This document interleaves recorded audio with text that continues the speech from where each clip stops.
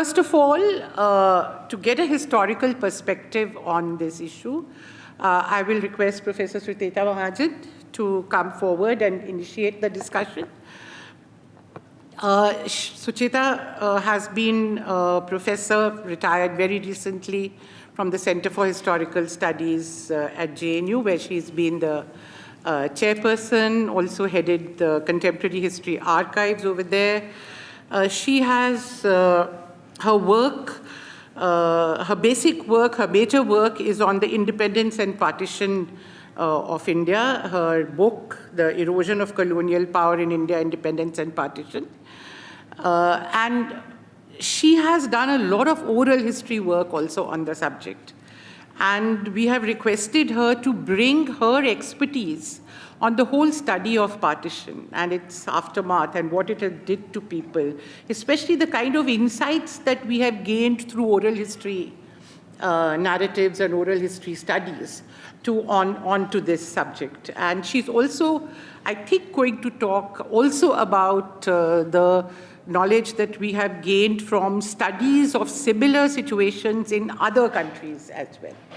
So though your time is short, but we would like you to place the whole issue in a historical perspective. For inviting me to be part of this very important panel.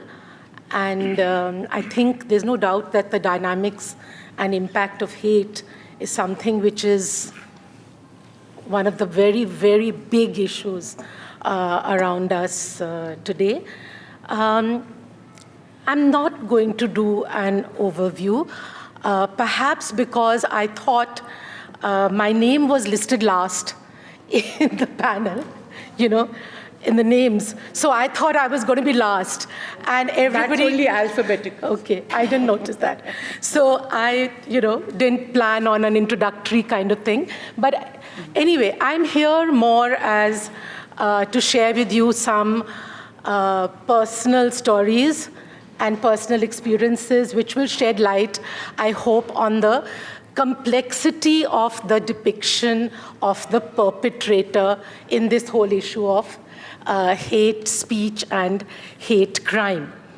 Now, in our preoccupation with the victims of communal violence, and that's a natural preoccupation because they are the victims, we generally ignore the complexity embedded in the perpetrator of that violence. He, she is depicted in black, the color allegedly reflecting his or her black deeds. The perpetrator-victim, PV if you like, is depicted as a dyad, a binary. Today, under the influence of feminist scholarship on the partition, we have moved from the almost complete focus on the victim to understanding that individual, that is the victim, as a survivor. The new term suggests agency, opening the possibility of a positive movement out of the morass of victimhood. This is a shift which, as I said, we have made to some extent. Now, where does the perpetrator-victim binary go back to? The template, the paradigm, if you like, comes from Holocaust studies. Now, Holocaust studies is very influential the world over to understand other sites of violence and conflict. If you look at Rwanda, for example, the civil war and the writing on it, it's totally dictated by the influence of the Holocaust studies. Similarly, one can give many examples of this. Part of the reason is, one, of course, the Holocaust is huge in the universal imagination and fueled by films. The entire Hollywood has been making films on these themes for years. It's a huge, heavily funded area, the Shoah as it is called, notably by people like Steven Spielberg and others. You have the huge sound archives, etc. Now, in the unfolding of the story of the Holocaust, within Holocaust studies, there is a clear-cut, identifiable villain with a capital V, a perpetrator with a capital V. Who is this? The Nazi Party. Hitler, the Nazi state, including, of course, the close circle of the aides of Hitler who planned the extermination of the Jews and carried it out. The victims are depicted as helpless, and that's a correct depiction, wiped out on a mass scale, and those who survived had this very special responsibility which was placed on them to tell the tale. The term used was bearing witness. This is the title of a very famous book by Elie Wiesel, who won the Nobel Prize. He was one of the Holocaust survivors. And bearing witness, we must bear witness to what happened. That is our responsibility, this burden, this big responsibility to transmit the memory of what happened is enjoined upon the survivor of the Holocaust.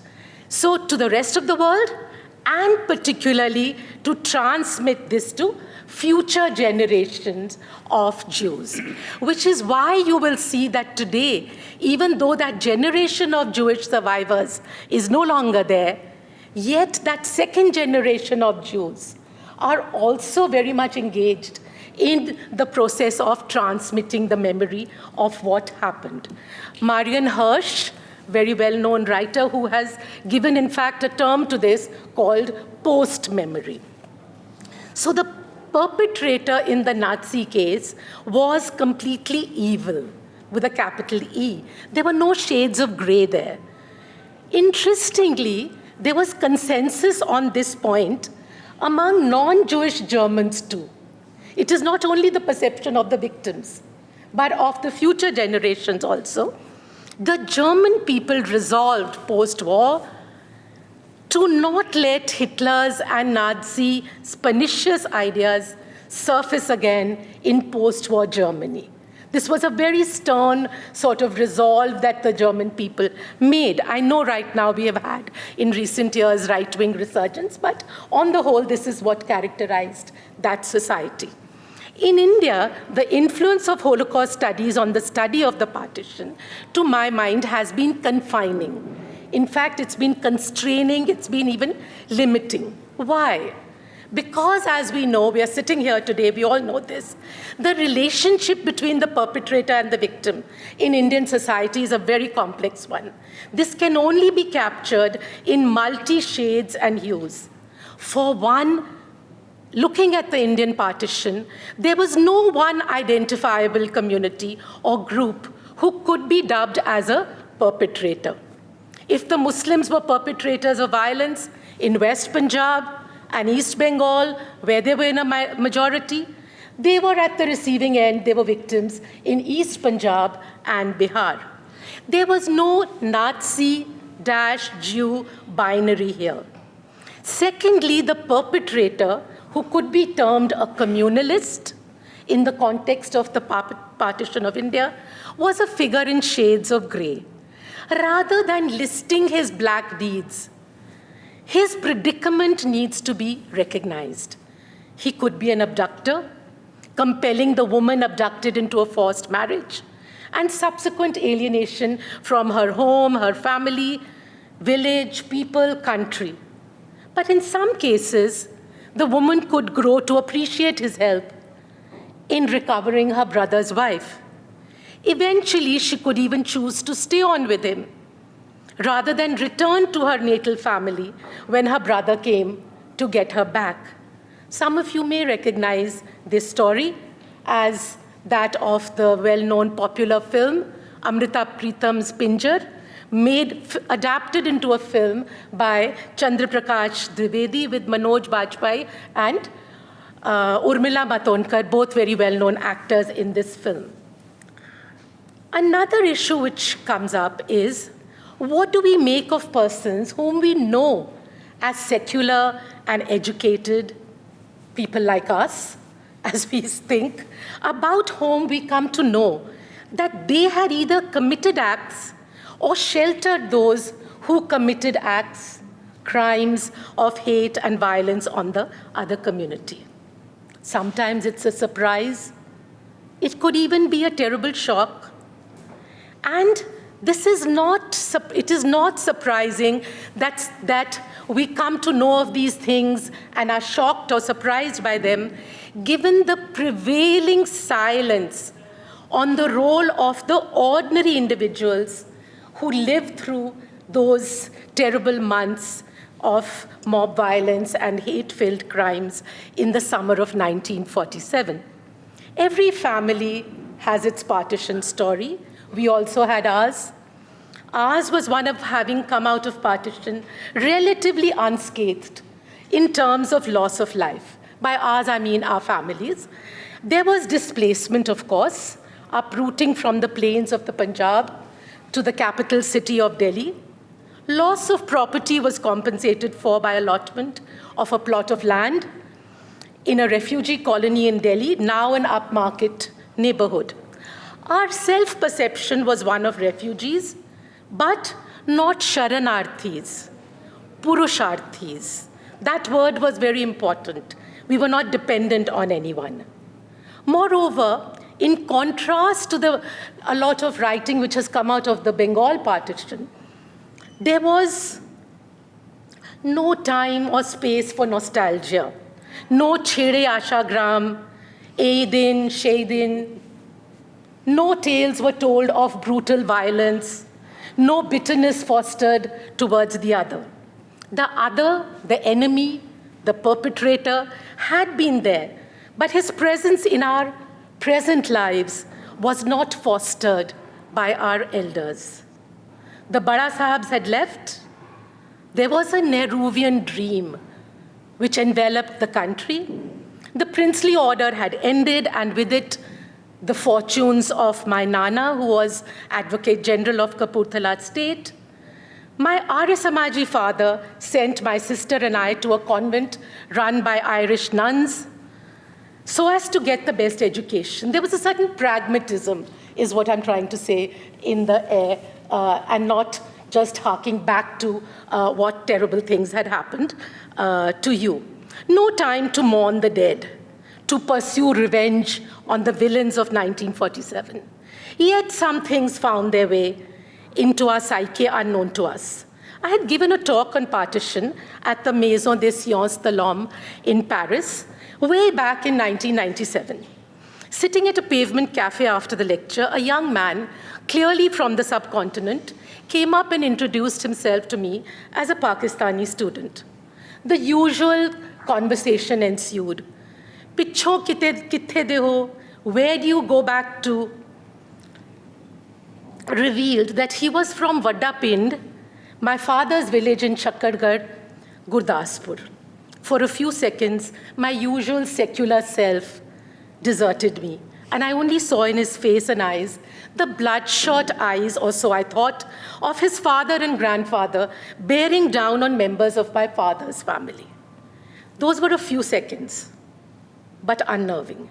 The moment passed, and we returned to the safe space of our shared language, Punjabi, and our belonging to the same village. The next few days were spent in this fairy tale zone, him bringing paranthas for us to eat on the bus when we left Paris. Sometime later, a friend of mine doing a PhD went to interview my mother about her experience of partition. She recorded my mother's relating an incident in May 1947 from Lahore, when my father had given shelter to some men who had returned ostensibly from burning a Muslim village. She learned who they were by eavesdropping on their conversation. She was terribly dismayed at what she saw as my father's support to this kind of activity, and what might be that behind it was perhaps a more general sympathy with the politics of the RSS. She told him in no uncertain terms that she would not permit this in her house. For me, this story was disturbing for more than one reason. Why had my mother not told us about this? Was she protecting our image of our father, not wanting children to see him as a conniver of hate crimes? About our impression of our father, did this make him a perpetrator, a communalist with a capital C, or was he a victim, as our Professor Bipin Chandra often reminded us in class? He made a fine distinction between those who spread communal ideology and those who consumed communal ideology and became communal. My father wore khaki shorts, which I gave no importance to before Tapan Basu and Sumit Sarkar wrote the book Khaki Shorts and Saffron Flags. I didn't know that khaki shorts had any other meaning. He voted for the Jansangh, but he also had Muslim clients from whose kitchens came firni on Eid and other festivals. The perpetrator-victim binary did not capture the complexity of the existential situation of the individual. That the perpetrator could also be a victim in the sense of needing to be helped out of his predicaments, especially one of assumed guilt, by virtue of being present during a hate-filled crime which he could not prevent. Sometimes the assumed guilt, what Simone de Beauvoir called the blood of others, persists until someone helps them to share their experience and divest themselves of their unnecessarily assumed burden. My father-in-law was terminally ill with cancer and was sent back home from the hospital so he may spend his last days at home. Days went by, leaving us wondering if the doctors had got it wrong. He expressed a wish to see an old friend and spend time alone with him, sharing some memories.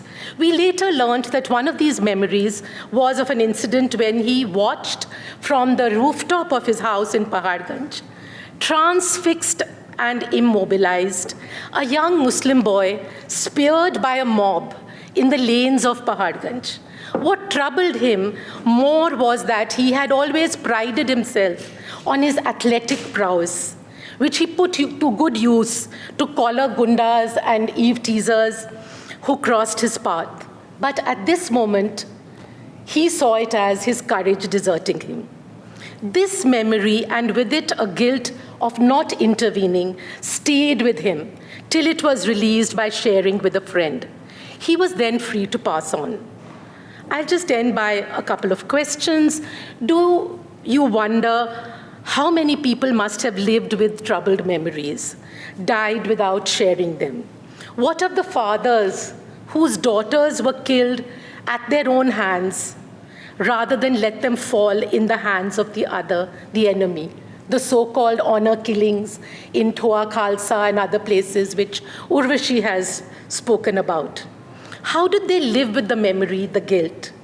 Those who paraded women naked, spared their wombs. I'm talking of partition, but Shabdam is here, and many others of you are here. This could well be the story of the Gujarat 2002. It could be the story of anywhere in India, that we could talk about, but I'm just confining myself to 1947. Abducted women have been given a voice in the last couple of decades in the works of Menon, Bhasin, Butalia, and others. So have lost children. I think the challenge remains for us today. Who will give a voice to the perpetrators who were also victims? Thank you.